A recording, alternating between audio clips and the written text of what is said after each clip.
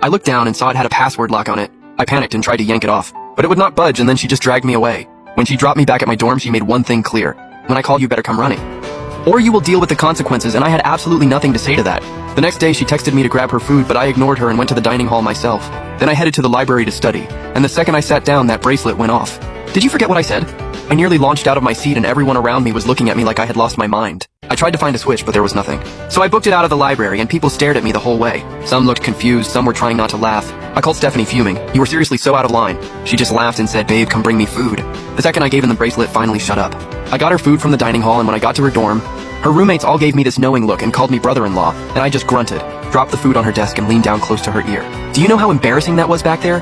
What is wrong with you? Do you know how many people at this school are laughing at me right now, and she just gave me this fake little smile, looking like she was asking for it takes one to know one. I gritted my teeth and stared her down. Can I go now, Your Highness? She shook her head, nope. Her roommates watched us with these curious looks like they were asking me, since when do you talk back like that? And I just slammed my bag on her desk and started studying. From that point on, it was like she held the remote to my life. If I ever ignored her texts or skipped coming to see her, she would set off the bracelet, and when she found out I was studying for the TOEFL, she demanded I give back the $5 million her mom gave me, and we had a huge blowout that day. I pointed straight at her. But your mom said the Shen family never takes back what they give out. I put in all that work, and getting something out of it is fair. She stood right up and got in my face a little money, and suddenly you think you are the man. You are my boyfriend right now. Look at how you have been acting. You call that being a boyfriend? Who do you think you are going abroad? If you want to leave me without taking the money, fine. Forget $5 million, I will give you $50 million, and I clenched my fist and blurted out, I do not want your dirty money. She pointed right back at me, then give it back. You are not using my family's money to study abroad, and I was absolutely fuming. Stephanie, I have zero respect for you right now. Take this bracelet off. I am breaking up with you, and she immediately grabbed my hand. Break up with me over my dead body. I just stood there frozen in that moment. It hit me, we were not married. But this felt exactly like it, and that was terrifying, but at the end of the day, we were still college kids. By lunchtime, we were already going at it again over what to eat, which wiped out the memory of the earlier fight. She wanted spicy chicken from Dining Hall 1. I wanted 3 fresh noodles from Dining Hall 4, and she said Dining Hall 4 was too far to walk. I said fine, I will go myself. So just like that, she went from barely leaving the dorm to going to the dining hall with me every day, and I threw up my hands. Then let us just each get what we want, no compromising. She grabbed my arm and said dream on. And then I got dragged to the spicy chicken place, and a suggestion I had submitted to the school got approved pretty quickly.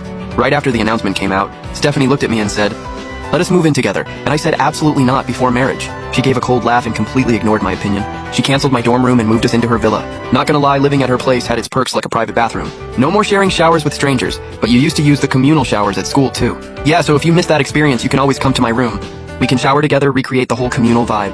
I was speechless, guys, and girls do not shower together. Besides, I am a gentleman, and what if someone gets out of hand? Then I would have nowhere to even cry about it. A man has to protect himself out here.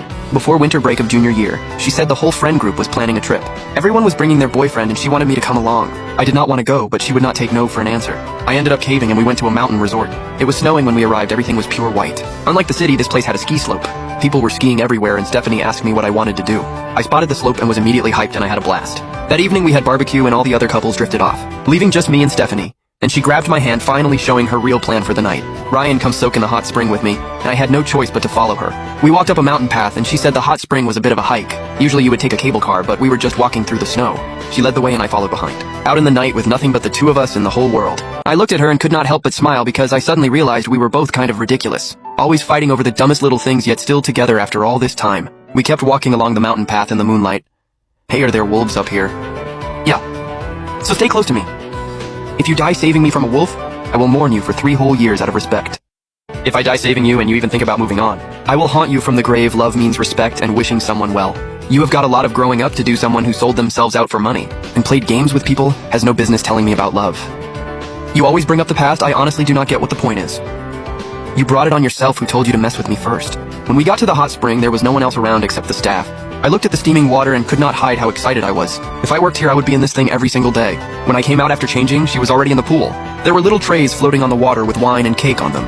I looked at her and thought to myself, she really knows how to live. So I slipped in too, and after a while she looked at me seriously. Can you just not go study abroad? Obviously not. If it were not for going abroad to build a future for myself, I would have the last 2 words did not come out. Fighting in this moment would totally kill the vibe, so forget it. What do you even know? All you do is boss me around. But just as I closed my eyes to enjoy the warmth of the water. You can still go to grad school or get your PhD right here in the country, just do not go, okay? But I want to go out and experience something different. See how other people live. And what am I supposed to do when you leave? It is not like you are my kid. No one will look after me when you are gone.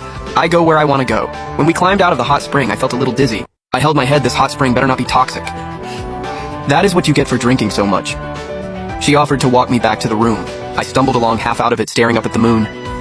Honestly, I really like you, and she froze up completely, then quietly took my hand. Me too.